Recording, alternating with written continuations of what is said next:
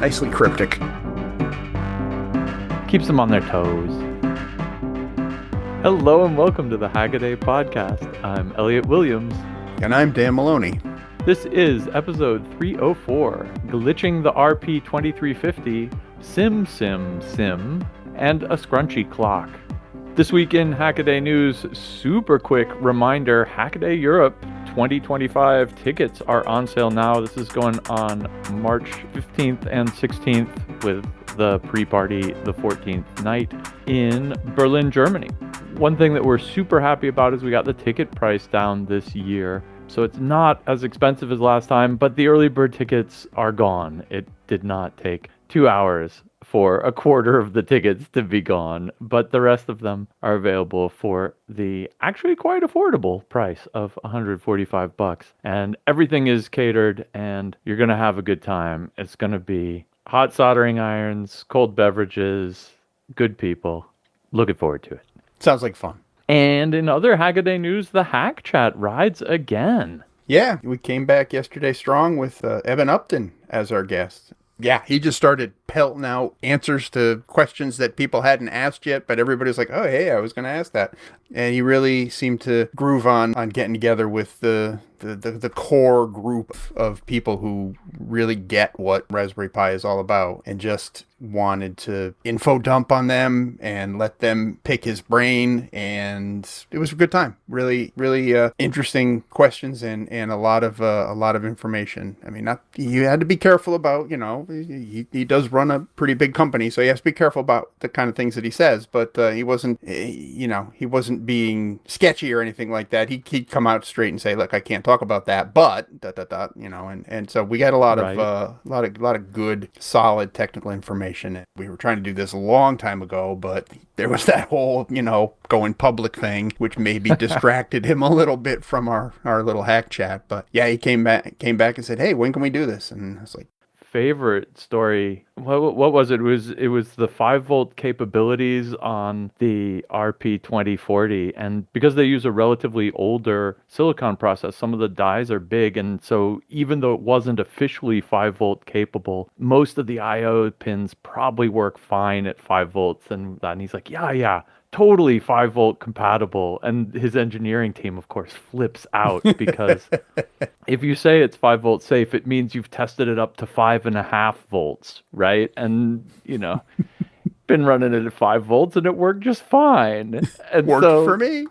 So I understand when you say he can get himself into trouble by talking about it, but who runs their 3.3 volt rated chip at 5 volts? The answer is me, because I don't mind if I fry it and I want to test it. But the answer is also Raspberry Pi CEO Eben Upton. Yeah, he had introduced himself as, hi, I'm Eben Upton, and I used to be an engineer. So I think he's feeling a little bit further away from the silicon than he wants to be. But and I'm glad we gave him a chance to get back to to his roots. This is a journey into sound. What's that sound? What's that sound? So yeah, without further ado, let's head on off to What's That Sound? Let's see. This week is a reveal what the sound was week. All right, so I'm looking at the wave file from last week then, right?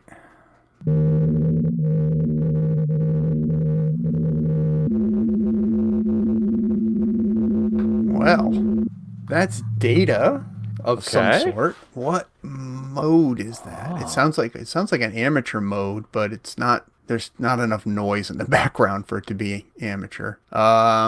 Yeah, I don't know. Just some sort of digital mode for some sort of data.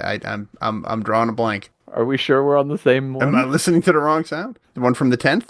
Let me see. Yeah, must be. Awesome. It's no. Completely no. It's a nature sound. No. Yeah. Come on. What is it? Yeah. It is the sound of the Ross ice shelf in Antarctica vibrating in the wind. Apparently, the wind rushes across this thing, and it's kind of, about a mile thick sheet of ice, and it develops internal vibrations. Wow. That really sounds technological, not natural in any way. That's hilarious. Yeah, Jenny's guess was that it was the sound effect they make in those like old 60s computer is running some devious program in a science fiction movie. I think she was super specific. She was like, you know that one in the Italian Job? And I'm like, no, I don't. But but it's the Ross Ice Shelf. Wow. Yeah, right? Isn't that the craziest? That is not what I expected. Yeah. So this was kind of a stumper. We got a low turnout this week, I won't lie. We got 10 people answered. Of them, honestly, 4 people got it right. Congratulations.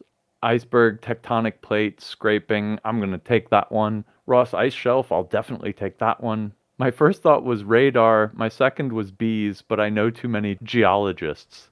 Thanks for the podcast. You're welcome. You're welcome. We got Singing Dunes. That's actually very close. Earthquake, very good. Wood burning, the sound of wood burning.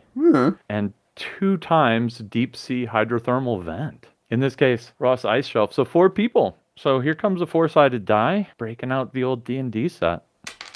There we go. 1. Congratulations, Egon. I will send you an email shortly, get your shirt size, and we will get you a t-shirt as soon as we can. Well, speaking of Raspberry Pi, I think it's absolutely hilarious that at the same time Eben Upton was in the hack chat, Raspberry Pi was also in the news for releasing the results of their Hack the RP2350 contest. First of all, I think it's awesome they got these chips out to the DEF CON badge and then said, oh, and by the way, we have codes in there hidden in the you shouldn't be able to read it one-time security memory. If anyone can do it, we will be giving out rewards. And indeed they did. First place went to Aidan Cullen, who actually gave a really super talk on this at the Chaos Communication Congress and actually sat in on it. It's a really great talk. Link is in the post over at Hackaday. Other teams got into the bootloader. Marius Munch had a great glitch, also a voltage injection glitch. We'll talk about the hacks individually in a second. Kevin Cordez's had, I think, the coolest. It was a laser fault injection hack. And then most overkill award, I think. They didn't call it the most overkill award. I call it the most overkill award. Goes to IO Active and Andrew Zonenberg et al., who went at the thing with a focused ion beam and just read the bits out of the memory itself, which is pretty sweet. Oh yeah, and Hextree and Colin O'Flynn / New AE were also in on it. They were running the contest for Raspberry Pi. Well, good news, bad news here, right? So the RP2350, it's a microcontroller, but it's got a protected boot mode so that you can't overwrite the flash or read the flash out. It's also got a little bit of space to store security configuration bits, so you can store a secret in that, and that's supposed to never be read out. Of course, this is asking for trouble because it needs to be readable at boot time, but then not afterwards, so it's got a whole pre-boot sequence, and that's basically what everybody chose to attack. Not surprisingly, most of the attacks against the chip were glitch attacks, so trying to get past the part where it's saying, I'm reading this code, does it match, is it right? And then, if you can make it, skip a link right there, you can maybe get through the security check. But the chip has anti-glitching circuitry on it as well, and it works by reading in a guard word. And so while it is reading from this memory, it's also getting in this guard word. If the guard word gets screwed up because of your glitching attack, it knows that it's being interfered with and won't go into normal operation. It reboots itself again. Aiden's attack was super cute. It relied on the fact that this guard word could be funneled off into 2 other registers and replaced by this.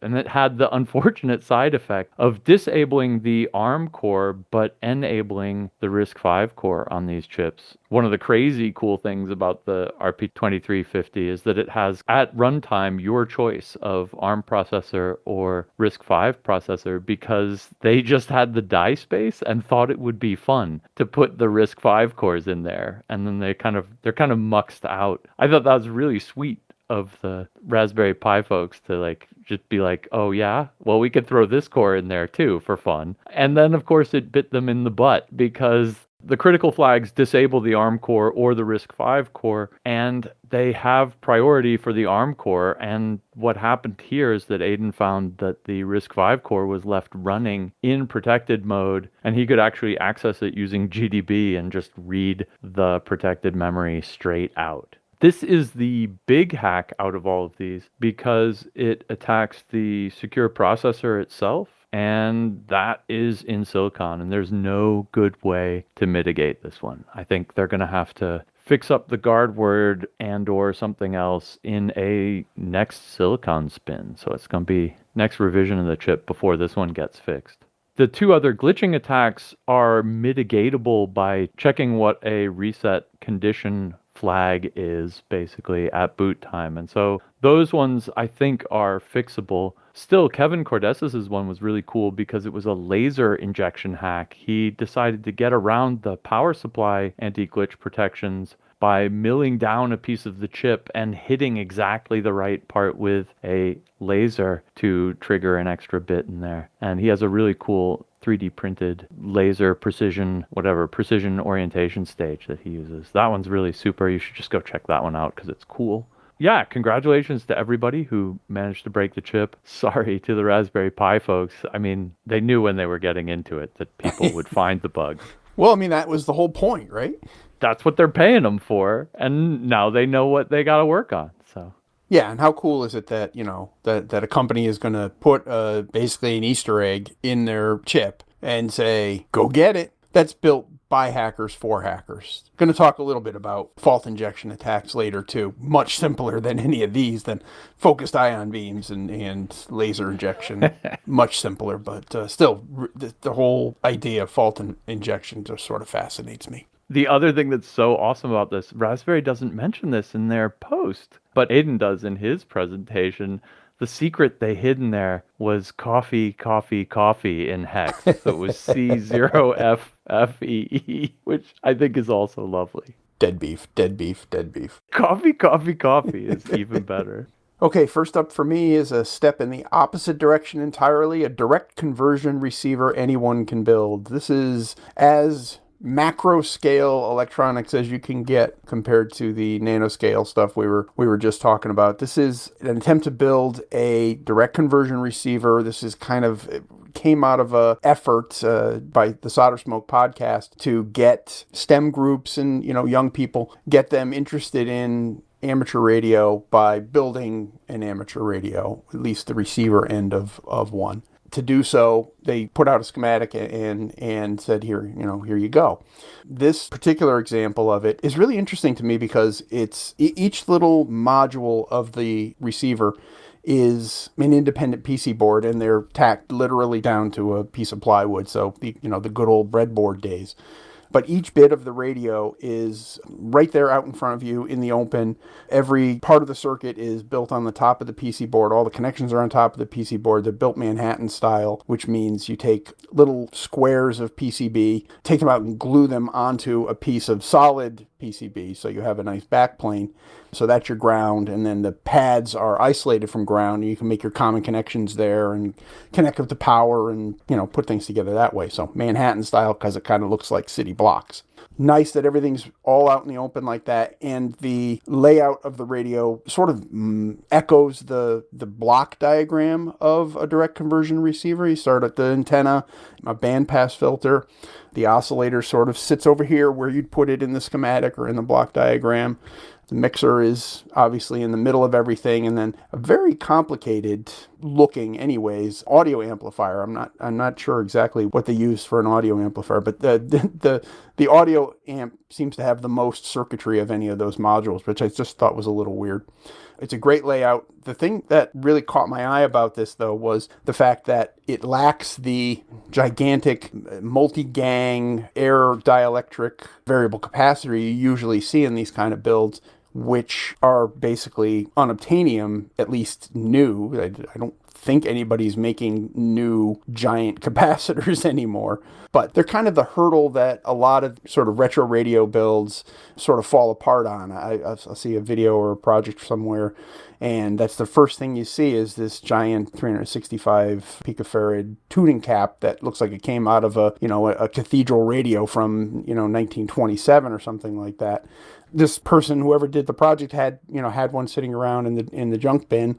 Well, I don't. I likely never will, because there's none out there that I can go harvest from something. So, a lot of these aspirational projects just sort of die when I see that. They took it another way. They used an air core inductor with a threaded brass rod going down the middle of the inductor, and used that for tuning rather than a variable capacitor. And that's something you could fabricable that out of just about 3D printed parts, a little bit of magnet wire and a threaded brass rod that you can probably get off of Amazon pretty quick.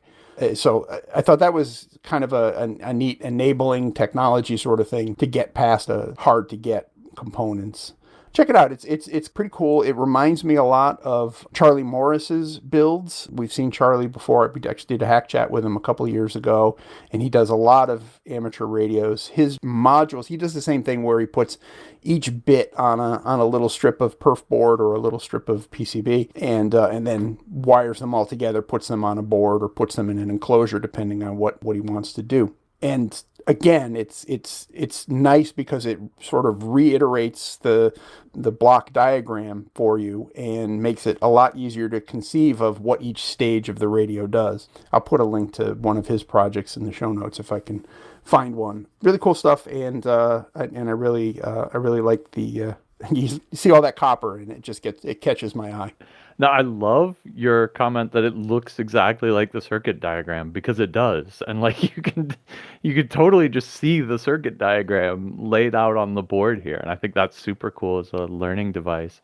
I am one of those people who has a couple of those tuning capacitors in my junk bin. I found some at a surplus store. Nice. And I'm like, ooh, I'll never see those again. I'm buying them. But if you're not a surplus store habitué like myself, you might head on over to Hackaday for Make Your Own Variable Inductor, a 3D printed variable inductor tutorial. This one's a nice one by Dr. Janes. I'll throw the link in for that in the show notes. I think I remember Jeremy Cook did a variable capacitor. He made the sections out of cut-up washers, steel washers.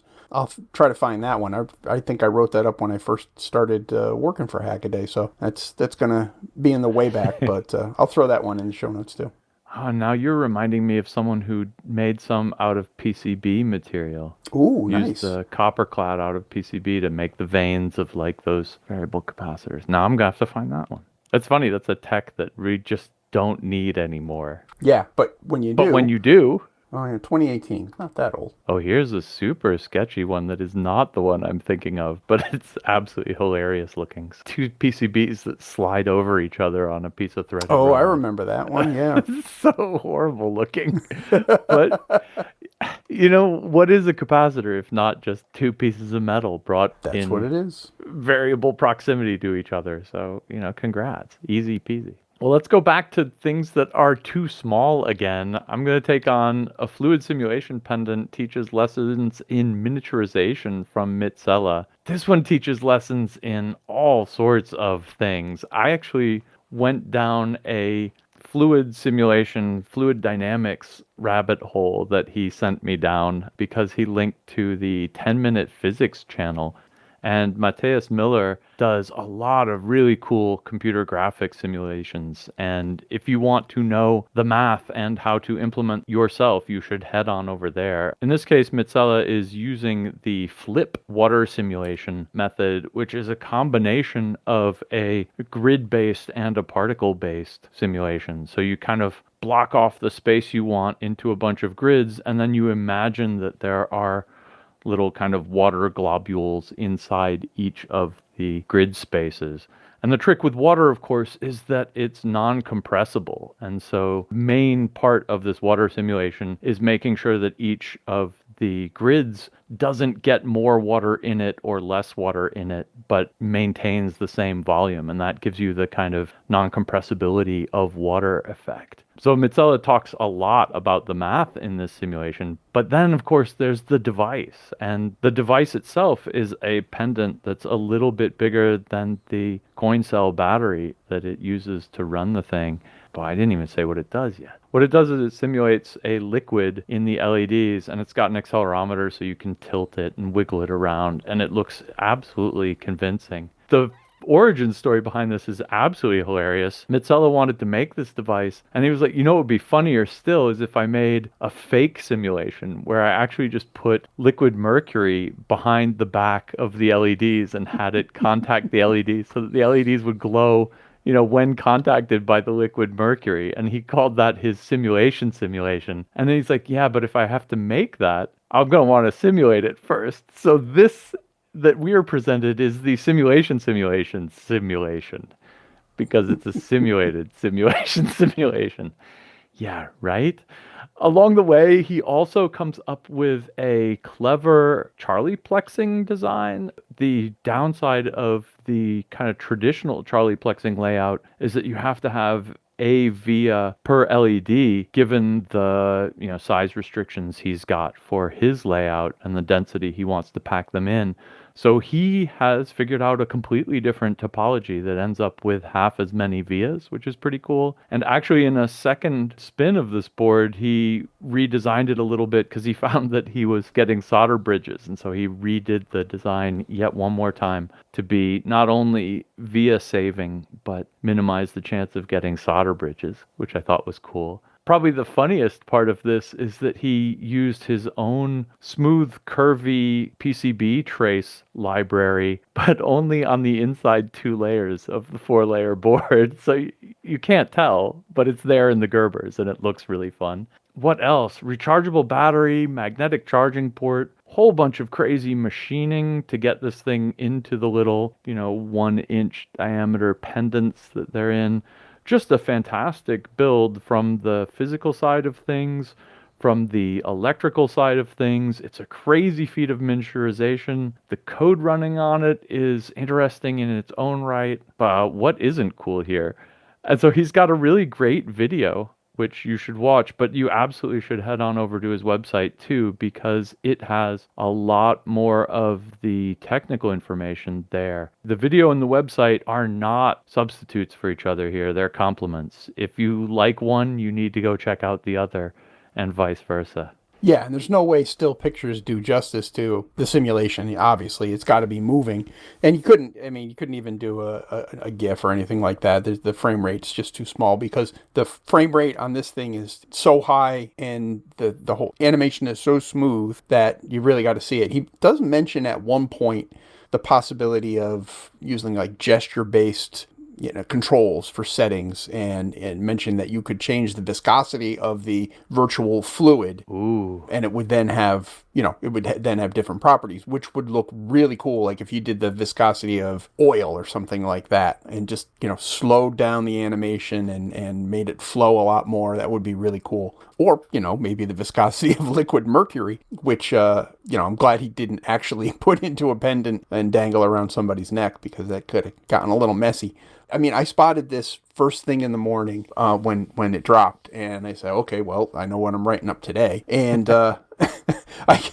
in the time it took me to write it up, it went from 7,000 views to 71,000 views by the time you guys published it. And now it's at 632,000 views. So it really caught on. He really, as he usually does with his projects. And I mentioned a bunch of the other ones that you should check out in the article. Oh, did we mention that he gold-plated this himself? I mean, it's all bronze, it's all metalwork, and then he gold plates it. But my favorite comment on his metalworking is the macro lens really does bring out the blemishes. There's this one shot of the pendant, and it's got this tiny discoloration, by the ring where it connects to your necklace or whatever. And otherwise, it's this absolutely beautiful, gold-plated, crazy device. No one's going to notice it, but the macro lens really does bring out the blemishes.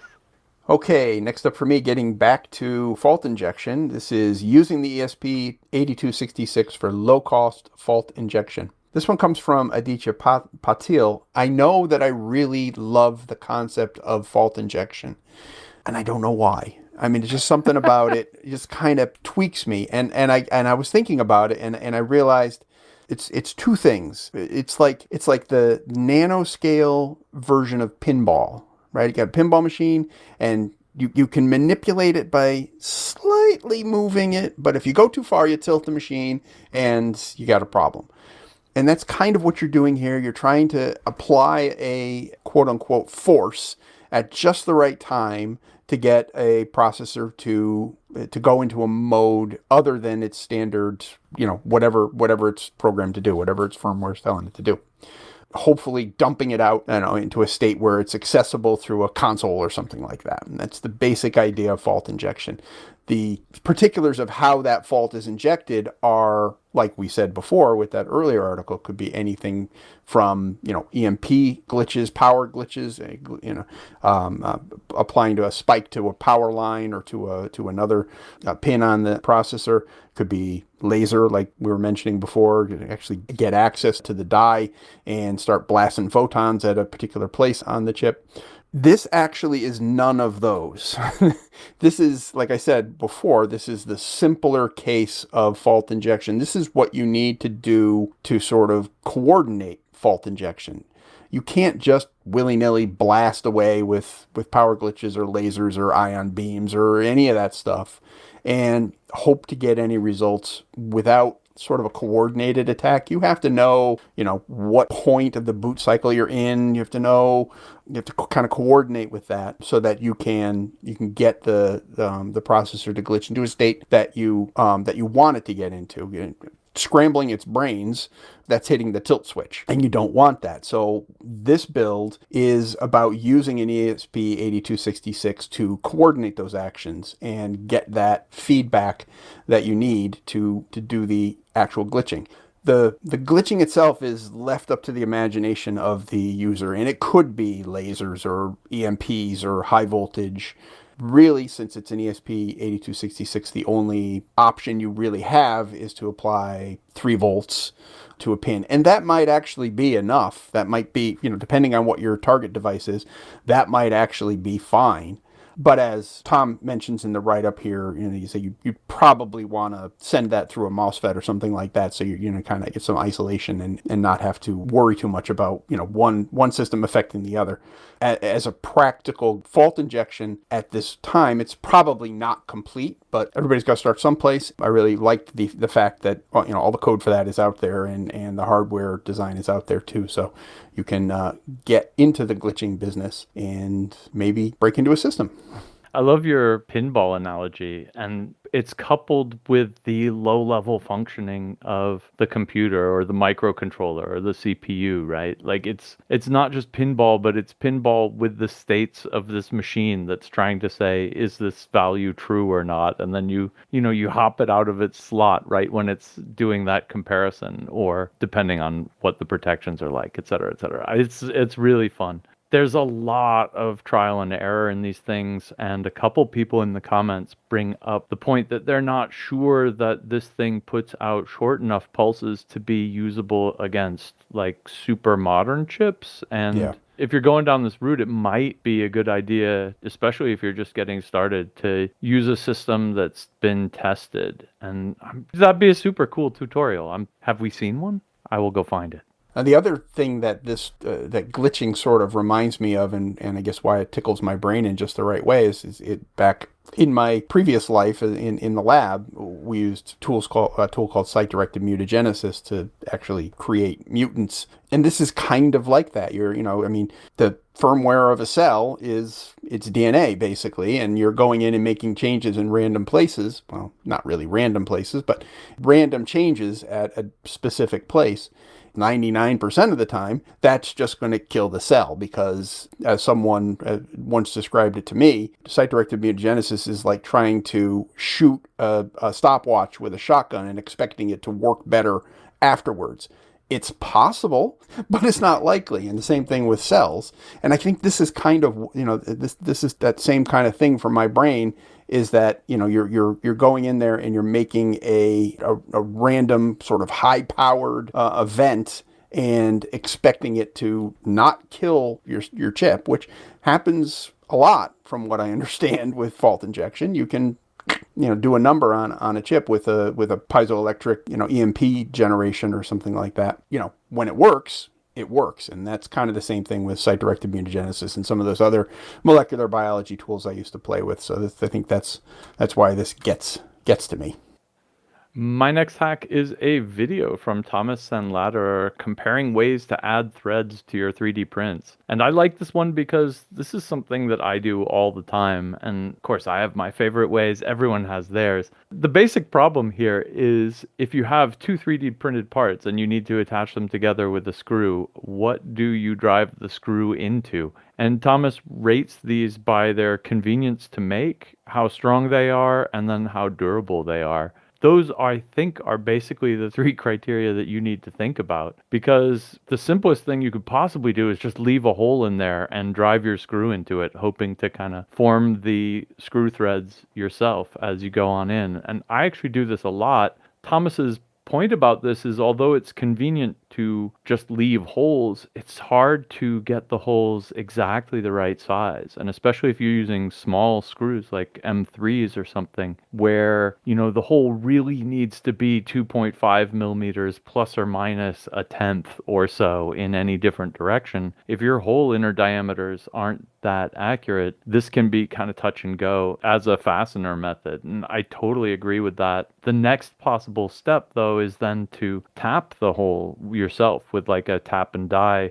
as if it were a metal piece. And that works very well, is very strong, but of course, super time consuming if you have a whole bunch of screws you need to put into the thing. He suggests you could also print the threads in there directly, and that works well for large threads, but not for tiny ones again, and is super convenient and super, super strong.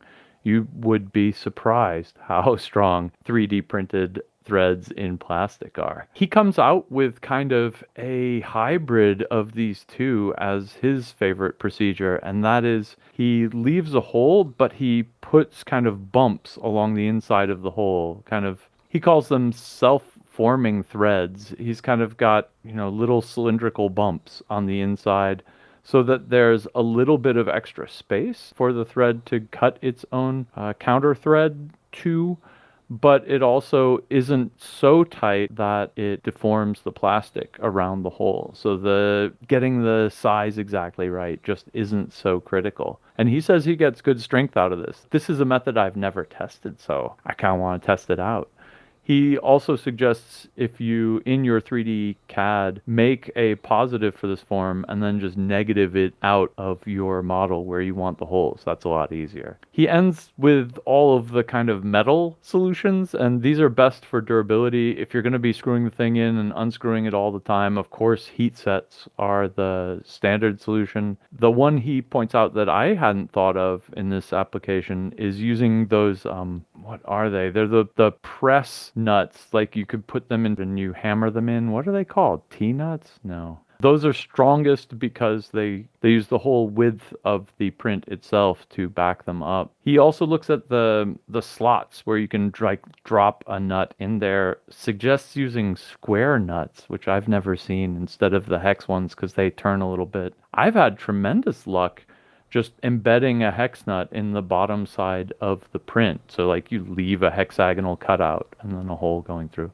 That works really well for me. I'm always surprised by how often I need to add connectors to my 3D prints. Like in my mind, I want to be able to design everything in one go on the 3D printer. But in reality, just the strength of it in one direction versus the other, or you need it to pivot or whatever, you end up needing to run nuts through it. And so it's good to see a kind of comprehensive treatment of how to do this. And I totally want to try out his funny looking self-forming threads as a solution. Thing that that has always got me about the threaded inserts and that whole technique, which looks fantastic. You just melt it in with a soldering iron or whatever, and you've got a beautiful machine thread, and the plastic sort of melts back around it, and that's perfect. I get that. But nobody seems to think of it the other way around. In other words, instead of having a blind hole that you're jamming the threaded insert in, why don't you continue the hole, a clearance hole, through the part, jam the thread in, and then put the bolt in or put the screw in from the other side, so that the force of the screw tends to pull the threaded insert tighter into the plastic. And so in other words, you've got all that plastic between the threads and your pulling force, which would tend to back it up. Whereas if you do it the other way, if you go from the top and you tighten that thread down, the force wants to pull that threaded insert back out of the plastic that you melted it into.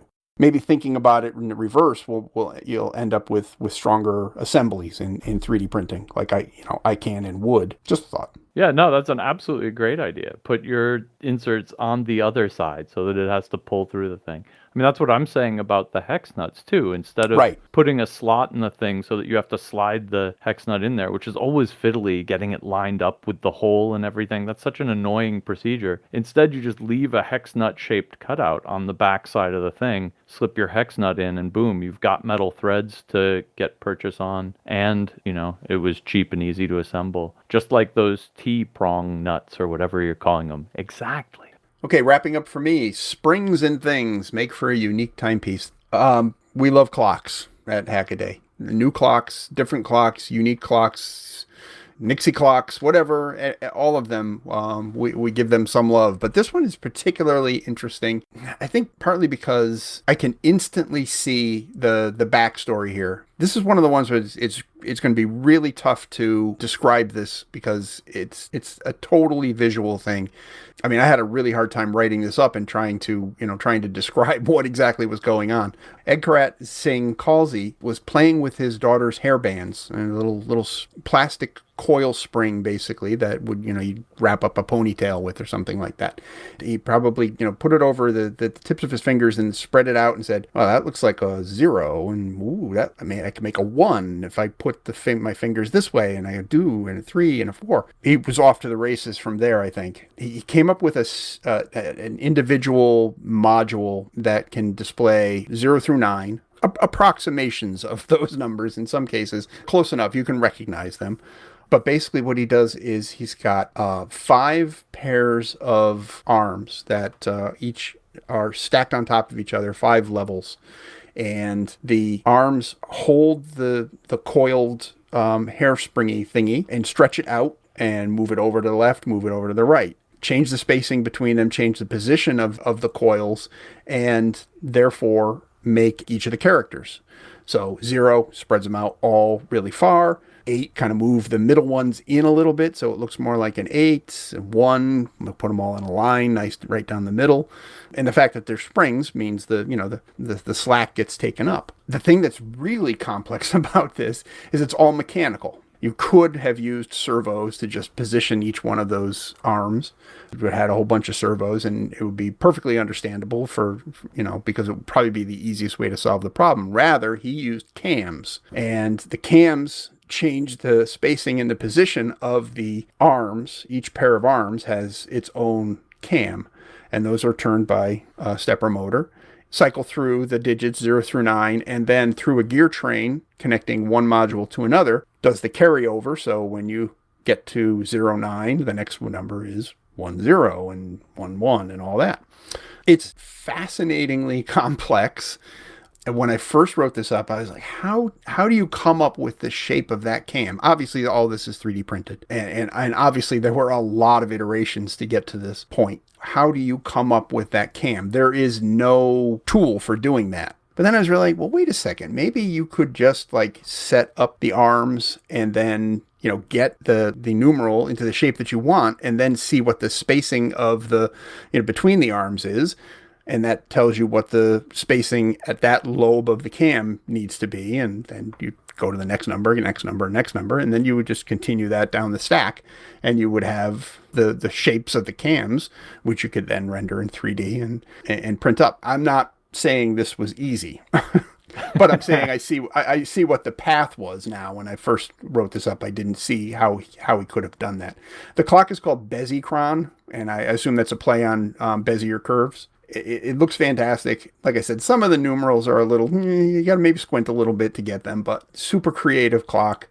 Again, it's a thing you got to take a look at before you to understand what we're talking about. But great project, and I love where the inspiration comes from, and tells you the inspiration can come from anywhere. Dude, I remember seeing the first of Ekagrat's clocks. I don't even know, 8 years ago, 10 years ago now, and every last one of them blows my mind again. Yeah, like just when you think you've seen every possible mechanical mechanism to make a crazy clock. Like he had this one that was sequino that uses those flip sequins that have the two colors on one side and the other. And then this last one that actually you linked in this write-up, Eptaora, which is a 7-segment one, but the 7 segments are mechanical and on little super thin arms that like flip up into place. That one, just watching the digits switch from one position to the next is just so kind of beautiful and sculptural. Like, that's the one that I want the most, I think. All of them mechanically sophisticated, but also pretty at the same time. And yeah, man. But if you want to see clocks, we got crazy clocks at Hackaday. We got clocks galore. I know I will never see the last new way to display the time. Sounds like a Hackaday contest to me. Oh, okay. I'll put down clock contest. We'll do that. I'm putting that down. Clock contest.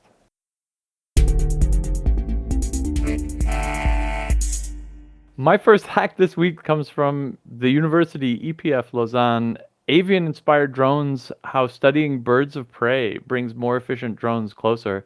They're drones, but not quadcopters. If you want to talk about efficiency, you need to talk about wings. So they're much more like airplanes, but they're bird-shaped airplanes that actually fold their wings in and move their feathers around like birds do. It's a kind of a weird nature-inspired technology and vice versa, and the lab is trying to learn, A, what they can learn about bird flight from mimicking it, but B, what they can bring out of that to make their drone planes fly more efficiently. What's funny about this is that it kind of harkens back to the Wright brothers glider, which actually didn't steer using any of the now traditional methods, but bent the frame and changed the shape of the device in flight, just like birds do. And now here we are, a million years later, getting back to basics. Electro Noob's audio on a shoestring, DIY your own studio grade mic. I like this one both because it worked kind of well, but didn't work as well as he wanted it to. This is kind of half fail, half win. I think the point of this is that doing ultra low noise analog is very hard. He takes a build from DIY Perks that used a high-end but not super expensive microphone capsule and builds a circuit and the analog to digital converters around it to make a microphone.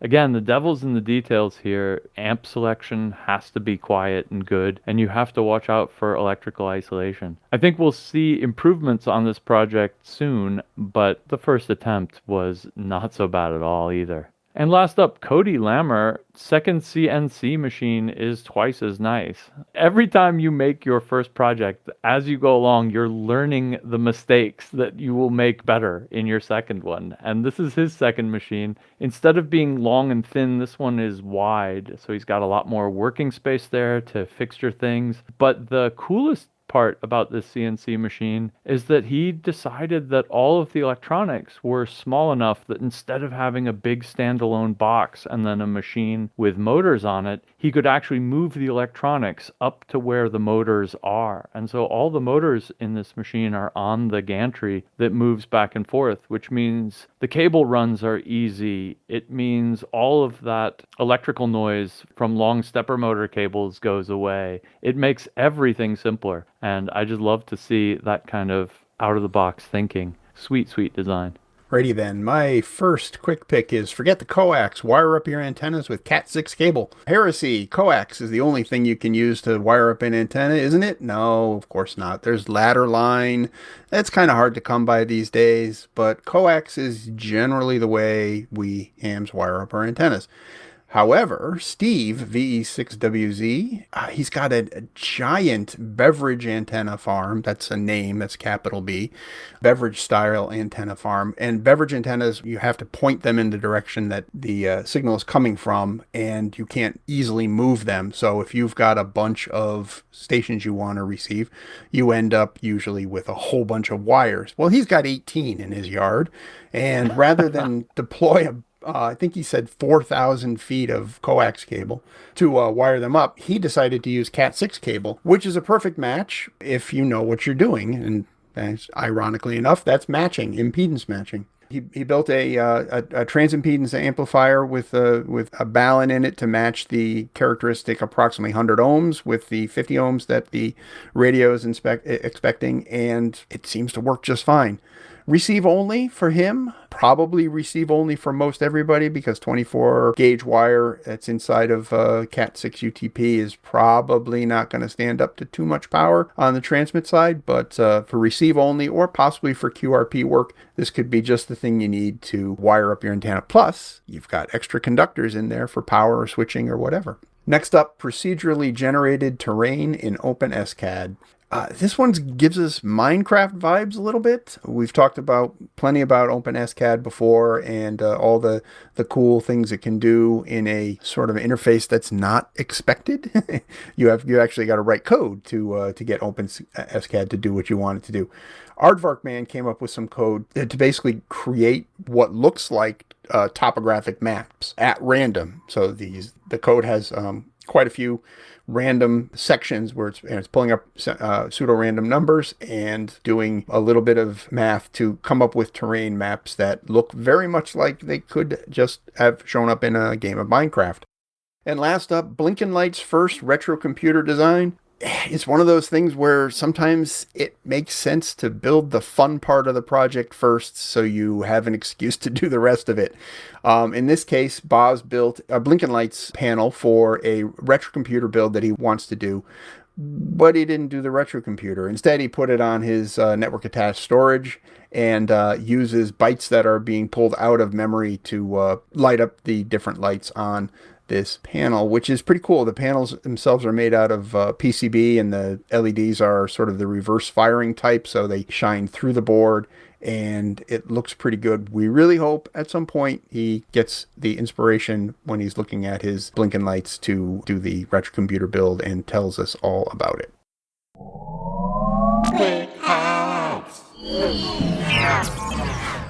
All right, that brings us to our Can't Miss articles. These are long-form pieces written by our fantastic Hackaday writing staff. This week is actually an Al Williams twofer. I wanted to pick, before GPS, there was LoRaN. I guess Al found someone who had done an old LoRaN radio receiver rebuild, and that set him thinking about the technology behind it all.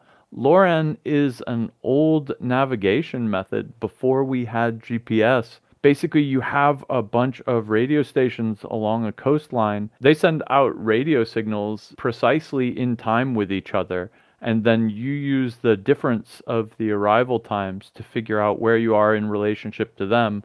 Then you tune to another pair and figure out what their time discrepancy is, and then you can use the kind of hyperbole that the lines of, they're like ISO discrepancy lines or something.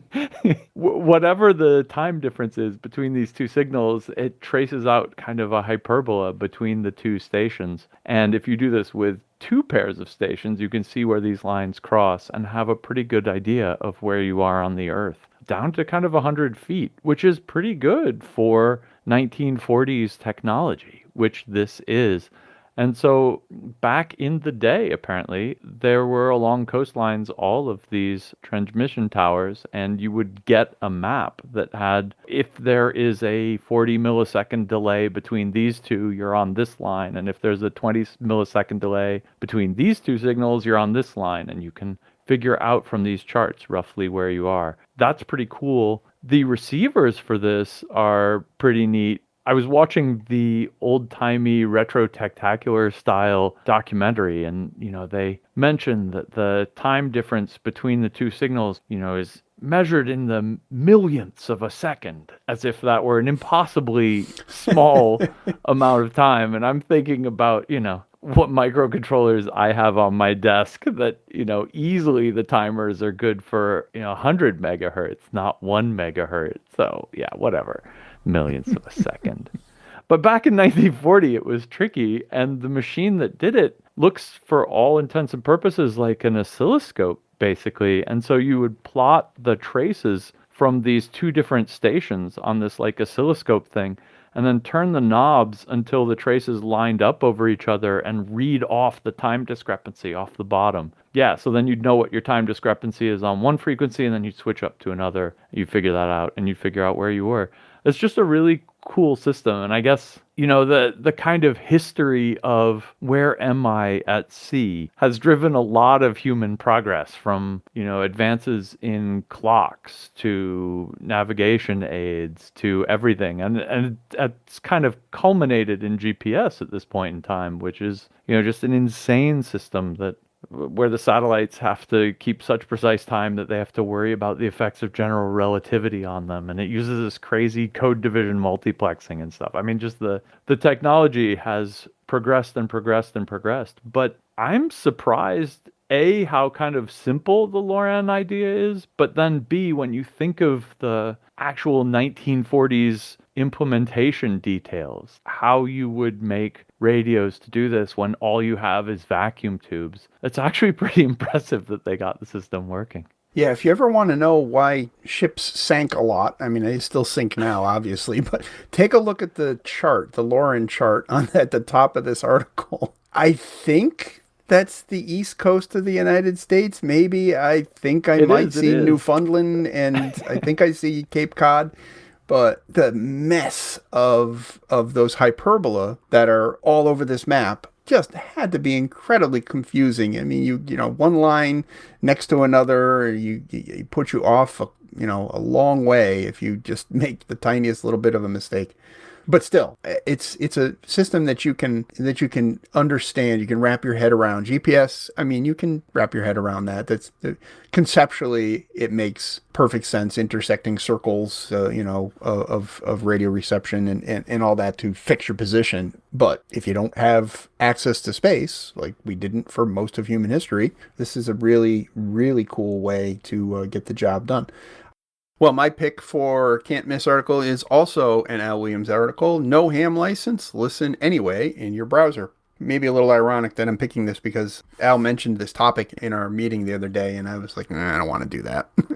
But then I chose the article to talk about, so I don't have any problem with Al's positions here. I don't agree myself. I'm not a huge fan of these kind of modes for amateur radio. But anyways, what we're talking about here is digital radio, which is, widely permeated in the public service sector. Most cops and fire trucks and ambulances are rolling digital radios these days. So if you had a receiver, just a plain old radio receiver, a scanner or something like that didn't have any kind of digital decoding in it, and you listen to the frequency, you would hear what sounds like modem negotiations, basically. And it's just, you're obviously hearing digital data. If you then decode it, it decodes out the voice data and plays it over the speaker or the headphones or whatever, and you can hear what's going on. Ham radio has that same concept. DMR, digital mobile radio, is one of the standards. There's also D-Star, I think, is a Yaesu standard. There's different protocols, digital protocols that you can use, and you use them on the regular radios that you would, normally use for ham radio. In most cases, it would be like a VHF, UHF handy talkie sort of thing, or maybe a mobile unit. Also do it from a base station. There is plenty of digital modes that are used on the HF bands too. So, the longer wavelength bands, but then you start getting into propagation and bouncing off the ionosphere. And that can sort of, cause some problems with some of the digital modes, like DMR and all that stuff. So basically we're talking about UHF and VHF. Maybe you don't have a radio. Maybe you're not a ham yet, and you can have that radio without having a ham license, but you can't transmit on it. You can listen all you want. Nobody can stop you from doing that, but you can't push the button because we require you to be licensed. The government requires you to be licensed to use the spectrum. So what do you do if you don't want to make the investment and you don't want to, go through a whole process to get a license? You can still get in on some of the digital networks that are available, and the one that Al talks about mostly in this article is Brandmeister. It's an internet-linked network of repeaters and quote-unquote hotspots, which we'll get to in a second, that all go into one consistent network, and then you can tap into it through a web browser or through a radio, which is sort of the intended way to do it. But you can also go in and just go to a website and start listening in on conversations. And if you have a ham license, and they verify this, you can also get in on the conversation. You can actually just use your microphone and speakers and talk on the radio as if you were talking on an actual physical handy-talkie that you had in your hand. Al takes you through all the necessary information on how to set it up and what to do once you get there. I checked out the website that he talks about, the Brandmeister website. It's very active. There's a lot of stuff going on. People are talking on it all the time. There's a lot of repeaters. There's a lot of hotspots. Hotspots are basically mini repeaters, limited range repeaters, so that if you had a DMR handy-talkie and you were a licensed ham, you could connect to that repeater, and that in turn is connected to the internet, and that gets you access to the network. The activity is, he talks about this a lot in the article, is broken down into talk groups, and there's different talk groups for different information or categories of things that everybody wants to talk about, and based on local areas, so that you can, pull up one that's in an area that you're interested in talking about. For example, say you wanted to, get some information for some hams on the ground about the California wildfires, you could go and find a talk group that's local to that area, and you would probably hear the hams talking about, where fire lines are, what equipment's doing what, where evacuation centers are, things like that. And it's all very interesting and all that, but to me, at the end of the day, you're still talking. And I don't like to talk on the radio, which is a really weird thing for a ham to say, but I've talked about that before. I don't particularly like the style of the conversational style of ham radio. It's very jarring to me as a former, I was a fireman and EMT, and I was a dispatcher as well. So I'm very used to the concise, clipped, limited style of communication that you do on the radio. You don't have a conversation. You don't change the inflection of your voice. You don't, you don't go on and on and on. You don't keep the mic keyed up for, 5 minutes at a time until the repeater times out. That's not to be taken as a criticism of anybody else's way of enjoying the amateur radio hobby, or I guess pre-amateur radio, or the amateur adjacent hobby. If someone who just wants to listen, or wants to listen with the intention of kind of educating yourself on what the culture's like before you take the leap into getting the license, all power to you if that's how you want to do it. And the whole thing about ham radio to me is that it's infrastructure free or infrastructure minimal. If I've got my HF rig set up here and I want to talk to someone in Australia, that's all it is. It's between my radio, and if I can generate electricity, I can power up my radio with a solar panel or a generator or something like that, and zap out a message, and if the propagation conditions are right, bounce it off the ionosphere a couple times and talk to someone in Australia who's doing the same thing. And there's nothing between us but a lot of ocean and a little bit of ionosphere. And that's, to me, is what's really cool. Just a personal preference. Again, not telling anybody how to enjoy the hobby or not enjoy it. I'm just saying, the things that I like. And Al, I appreciate you wrote the article. It was a good article, and everybody who is interested in digital modes should check it out. It's just not exactly my thing. All right, that wraps it up for this week's Hackaday podcast. Thanks very much for listening. As usual, you'll find all the links over at hackaday.com/podcast. And if you see anything cool or do anything cool, write us an email, tips@hackaday.com. And until next week, Keep on hacking. Why are we doing this? We're like talking. I said my own name wrong. Unbelievable. Blah, blah, blah. Want to start again? I think I'm gonna cut all that, but who cares? No, that's no good either, because I should have had that in my notes. Dun, dun, dun, dun. This is episode 303. I have to watch an ad to watch the video. This is even worse.